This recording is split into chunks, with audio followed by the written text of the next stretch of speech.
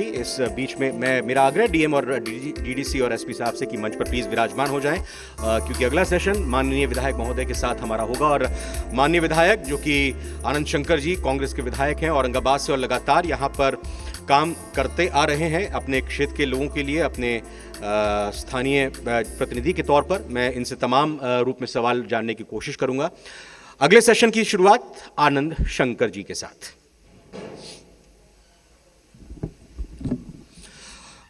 आनंद जी, बहुत बहुत स्वागत आपका जी बिहार झारखंड पर। ये जो आत्मनिर्भर बिहार की परिकल्पना है, इसको अगर हम राजनीतिक चश्मे से इतर अगर विकास के रूप में देखें, क्या वाकई बिहार आत्मनिर्भर होने के रास्ते पर आगे बढ़ रहा है? और अगर नहीं बढ़ रहा है तो क्या कमियां आपको लग रही हैं और कैसे बढ़ सकता है? निश्चित रूप से बिहार ने प्रगति की है, इसमें कहीं कोई संशय नहीं है। जिस प्रकार से जो महत्वाकांक्षी योजनाएं हैं, खासकर से कोरोना काल में जो प्रवासी मजदूर आए, सबसे बड़ा चैलेंज बिहार के लिए वही था कि उन प्रवासी मजदूरों को जो अपना कामकाज छोड़कर बिहार अपने स्वदेश लौटे, उनको बिहार में हम काम उपलब्ध करवा पाएं। निश्चित रूप से उनका रजिस्ट्रेशन हुआ और जो मनरेगा योजना है उसके तहत में उन लोगों को रोजगार उपलब्ध कराया गया, लेकिन स्किल्ड जो वर्कर्स थे उनके लिए मैं समझता हूं कि हम लोगों के पास में अभी वो आधारभूत संरचना नहीं है कि हम सारे के सारे जो लोग आए उनको बिहार में ही हम रोजगार उपलब्ध करा सकें। तो कहीं ना कहीं कुछ खामियां थी जिसके कारण बहुत सारे लोग लौट गए। लेकिन एक परंपरा मैं ये मानूंगा कि निश्चित रूप से जो लोग, कुछ लोग आए यहाँ पर रह गए और वो जिस भी फील्ड के माहिर थे उस फील्ड में वो कार्य कर रहे हैं। लोगों को ट्रेनिंग के माध्यम से उन लोगों को व्यवस्था दी जा रही है, लेकिन अभी उसमें बहुत गुंजाइश है, बहुत सारे कार्य करने हैं ताकि और लोगों को हम एडजस्ट कर सकें, बिहार में रोजगार उपलब्ध करा सकें। आप अपने क्षेत्र के, अपने इलाके की अगर बात करें, ज़्यादा लंबा वक्त अभी नहीं हुआ है, 6 महीने का, 5-6 महीने का वक्त हुआ है। आपने जो वादे किए, आपने जो लोगों को कहा कि आप उनको इस रूप में उनकी ज़िंदगी बदलने के लिए या फिर आप उनकी तरक्की के लिए काम करेंगे, आपके वादों पर यकीन किया गया। आपके जो वादे थे उनमें से 6 महीने के दौरान आप कैसे आगे बढ़ रहे हैं और क्या कुछ योजनाएं आप उनको लेकर आ रहे हैं? क्योंकि जाहिर तौर पर एक जनप्रतिनिधि होता है तो उसकी अपेक्षा होती है अगर उनकी पार्टी की, उनकी गठबंधन की सरकार हो तो बेहतर है। उसमें चुनौतियां भी क्या कुछ आपके सामने आ रही हैं?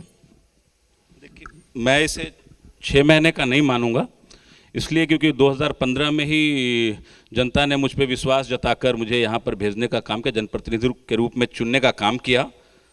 तो ये मैं मानूंगा कि 5.5 साल का अनुभव है और 5.5 साल में जनता का जो आकांक्षाएं थी जनता की, उस पर कितना खरा उतरा हूँ मैं उस रूप से कैलकुलेट करूँगा।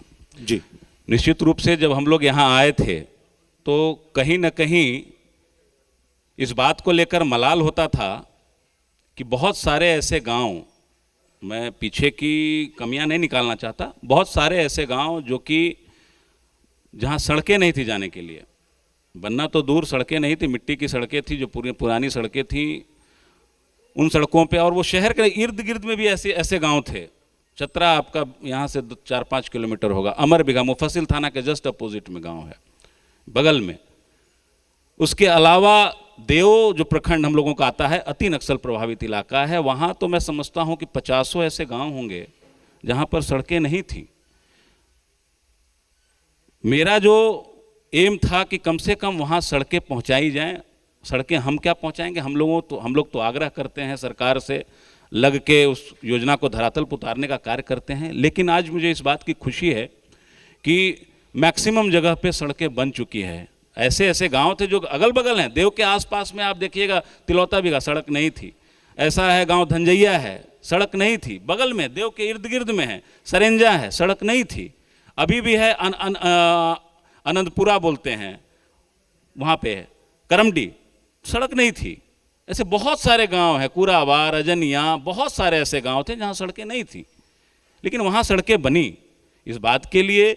दूसरी चीज़, एक तो सड़क की बात हो गई, दूसरा स्कूलों की बात। आज भी ऐसे स्कूल हैं यहाँ पर जहाँ पर आज अपना भवन नहीं है।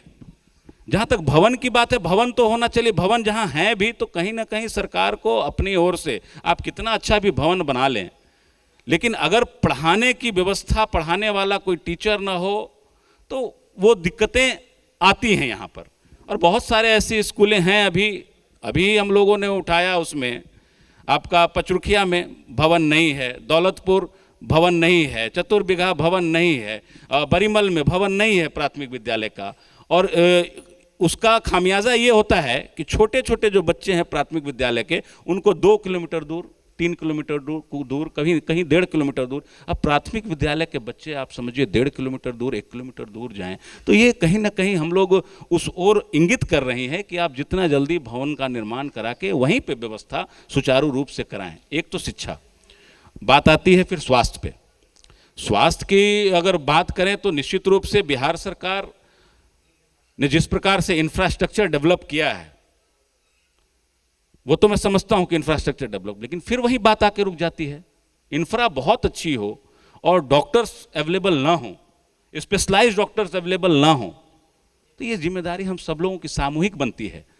अगर शिक्षक कोई है और स्कूल में अपना समय न देकर बच्चों को नहीं पढ़ाने का कार्य कर रहा है, तो ये जिम्मेदारी हमारी भी है, ये सामाजिक जिम्मेदारी भी हम लोगों को लेनी होगी। डॉक्टर्स अगर हैं, अगर वो अपना काम नहीं कर रहे हैं, अस्पताल पे जहाँ पर उनकी पोस्टिंग है वहाँ पर नहीं जा रहे हैं, तो ये सामाजिक जिम्मेदारी हमारी भी है, हम सभी लोगों की जिम्मेदारी है कि हम लोग उस पर गौर करें, उसको सुचारू करने का उपाय करें। कभी कभी विजिट होता है, निश्चित रूप से मैं समझता हूँ विजिट होता है, लेकिन फिर भी उसमें बहुत गुंजाइश है सुधार करने की, तब जाकर हम लोग कुछ आगे बढ़ पाएंगे अच्छे तरीके से। लेकिन जो बिहार का जो दूसरे प्रदेशों में जो नकारात्मक जो रूप था, कहीं ना कहीं उसमें सुधार आई है उसमें सुधार, लेकिन अभी बहुत मीलों चलना बाकी है अभी। आपने बताया, जिक्र किया, सड़क नहीं थी, उस पर काम हो रहा है। शिक्षा और स्वास्थ्य को लेकर आपने बात की। बात यहाँ पर रोजगार और स्वरोजगार की भी होगी, क्योंकि चुनाव में एक बड़ा मुद्दा था। चुनाव में एक गठबंधन की एक दल ने कहा था कि हम 10 लाख सरकारी नौकरी देंगे, और जिस गठबंधन के एक दल की आज उस गठबंधन की सरकार है, उनकी तरफ से 19 लाख स्वरोजगार की बात कही गई, रोजगार के अवसर देने की बात कही गई। रोजगार के लिहाज से आत्मनिर्भर औरंगाबाद की अगर हम कल्पना करते हैं तो ये संभव कैसे हो सकती है? इसको लेकर क्या काम किया जाना चाहिए? सबसे बड़ी तो बात यह है कि आज इस बात के लिए हम लोग गौरवान्वित अपने आप को महसूस करते हैं कि 2 बिजली परियोजनाएं औरंगाबाद ज़िले में हैं, और निश्चित रूप से एक बड़ा केंद्र है रोजगार उपलब्ध कराने का, और वहाँ लोग काम भी कर रहे हैं। श्री सीमेंट हमारे यहाँ है, उसकी इकाई लगी है यहाँ पर, वो भी रोजगार। लेकिन बात यह है कि जनसंख्या के अनुरूप अगर आप देखेंगे तो उतने जॉब्स तो यहाँ अवेलेबल नहीं हो पा रहे हैं। उसके अलावा स्वरोजगार की जहाँ तक बात है, तो स्वरोजगार ये जिला तरक्की जिले ने की, तो उसमें स्वरोजगार को अगर हम देना चाहेंगे तो 80% स्वरोजगार का ही के बदौलत ही है। लोग यहाँ पर उद्यमी हैं, बहुत सारे लोग अपने काम में लगे हैं, वो स्वरोजगार के बदौलत ही। लेकिन जो बातें सरकारी रूप से या राजनीतिक दलों ने जो बातें की रोजगार उपलब्ध कर, निश्चित रूप से मैं समझता हूँ कि 2 करोड़ नौकरियों की तो बात प्रतिवर्ष की गई थी 2015 में। आप कितना उसमें सफल हो पाए ये किसी को बताने की आवश्यकता नहीं है। 10 लाख के एवज में 19 लाख की बात हुई। आपका क्या विजन है? अब अगर आप स्वरोजगार उपलब्ध कराने को भी अगर उस 19 लाख में मानते हैं, अभी तो एक एग्जाम्पल हम लोगों के सामने लाइव है, ध्यानाकर्षण के माध्यम से मैंने विधानसभा में उठाया भी। महिलाओं के लिए 35% आरक्षण है, बहुत अच्छी पहल है। लेकिन उस 35% आरक्षण में जो 17.5% रिजर्व कैटेगरी का 50% मान लीजिए आप, तो उसमें 17.5% हो गया।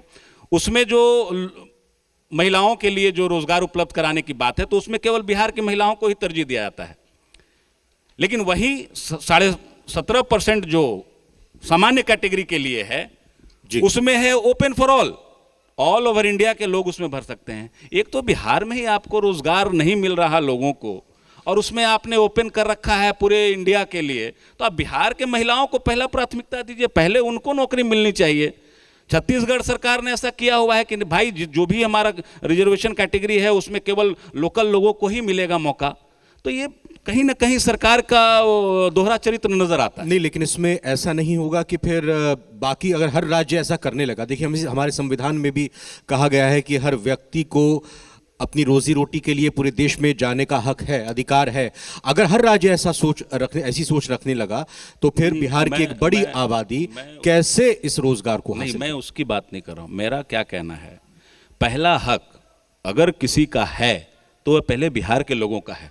ये बात आपको समझनी होगी। मैं इस बात के लिए नहीं कह रहा कि बाहर के लोग आके यहाँ नौकरी नहीं करें, लेकिन जो रिजर्वेशन जो सामान्य महिलाओं के लिए है वो उसमें बिहार के महिलाओं को प्राथमिकता मिलनी चाहिए। मेरा ये कहना है बिहार का जो भी जहाँ का है उसको प्राथमिकता। नौकरी तो कोई कहीं जाके, हम ही लोग बाहर नौकरी, पंजाब में नौकरी की है मैंने, करके आए वहाँ, ये तो कोई रोक टोक नहीं है। लेकिन एक तरफ आप कर रहे हो, दूसरी तरफ आप सबके लिए ओपन कर रहे हो, इस बात को लेके आप उसमें भी ओपन कर दीजिए। फिर माननीय विधायक जी, आपने यहाँ लगातार विधानसभा में भी अपनी बातों को रखा है, उठाया है। जी बिहार झारखंड में आपको टीवी पर इस वक्त जो लोग देख रहे हैं, क्या आप यहाँ सरकार को सुझाव देना चाहेंगे, बातें रखना चाहेंगे, कहना चाहेंगे कि अगर आत्मनिर्भर बिहार बने तो उसमें मुख्य तौर पर किस क्षेत्र में काम किया जाना चाहिए? देखिए, पहला तो अगर देखा जाए बिहार में रोजगार स्थापित करने को लेके, पहला तो बिहार के पास अपना लैंड बैंक नहीं है, जो कि अन्य राज्यों की तरह। आप उड़ीसा का ही जिक्र कर लीजिए। उड़ीसा में क्या है कि सरकार ने लैंड बैंक डेवलप कर रखा है। कोई भी उद्योग आता है, सिंगल विंडो सिस्टम, यहाँ भी सिंगल विंडो सिस्टम है, लेकिन कहीं ना कहीं इतनी लचर व्यवस्था है। बोलते ज़रूर है कि सिंगल विंडो सिस्टम है, कोई उद्योग आए और वो स्थापित करेंगे सिंगल विंडो सिस्टम के द्वारा, उनको लाइसेंस वाइसेंस सब मिलेगा, लेकिन लैंड बैंक सबसे, आपके पास जमीन ही नहीं है। 200 एकड़ 400 एकड़ अगर किसी को चाहिए, किसी उद्यमी को चाहिए, तो आपके पास जमीन नहीं है उपलब्ध कि आप एक जगह उसको उपलब्ध करा दें जिस लोकेशन में वो चाहता है। आपके पास लैंड बैंक नहीं है। लैंड बैंक जब तक नहीं होगा तो उद्यमी आकर खुद से जमीन तलाशेगा, कहाँ मारा मारा फिरेगा। तो सबसे बड़ा आपका जो प्रॉब्लम है उद्योग स्थापित करने में लैंड बैंक का, जो कि जिसकी घोर कमी है बिहार सरकार के पास। जी बिल्कुल। और माननीय विधायक जी, मैं इस सेशन का समापन करना चाहूँगा इस आग्रह के साथ कि आगे हमारे साथ अलग अलग क्षेत्र के, चाहे समाज सेवा हो या स्वास्थ्य हो या शिक्षा हो, अलग अलग पैनल से जुड़े तमाम सम्मानीय बंधु और यहाँ पर साथी जुड़ेंगे और उनसे हम सवाल के जरिए जो बात रखेंगे, तो आपको भी जानकर मुझे ऐसा लगता है कि कुछ चीज़ें ऐसी पता चलेंगी जो आप सदन में उठाएंगे। तो मेरा आग्रह यही है कि आगे के जो सेशन होंगे आप उसमें यहाँ मंच के सामने बैठकर उस पूरे कार्यक्रम को देखेंगे और फिर उनकी बातों को आप आगे तक उठाएंगे, क्योंकि आप जनप्रतिनिधि हैं, औरंगाबाद से आपका ताल्लुक है और बिल्कुल हमारी ये कोशिश है। मैं बहुत बहुत धन्यवाद और बहुत बहुत शुक्रिया करना चाहूँगा। आप मंच के सामने अपना स्थान प्लीज़ ग्रहण करें। शुक्रिया।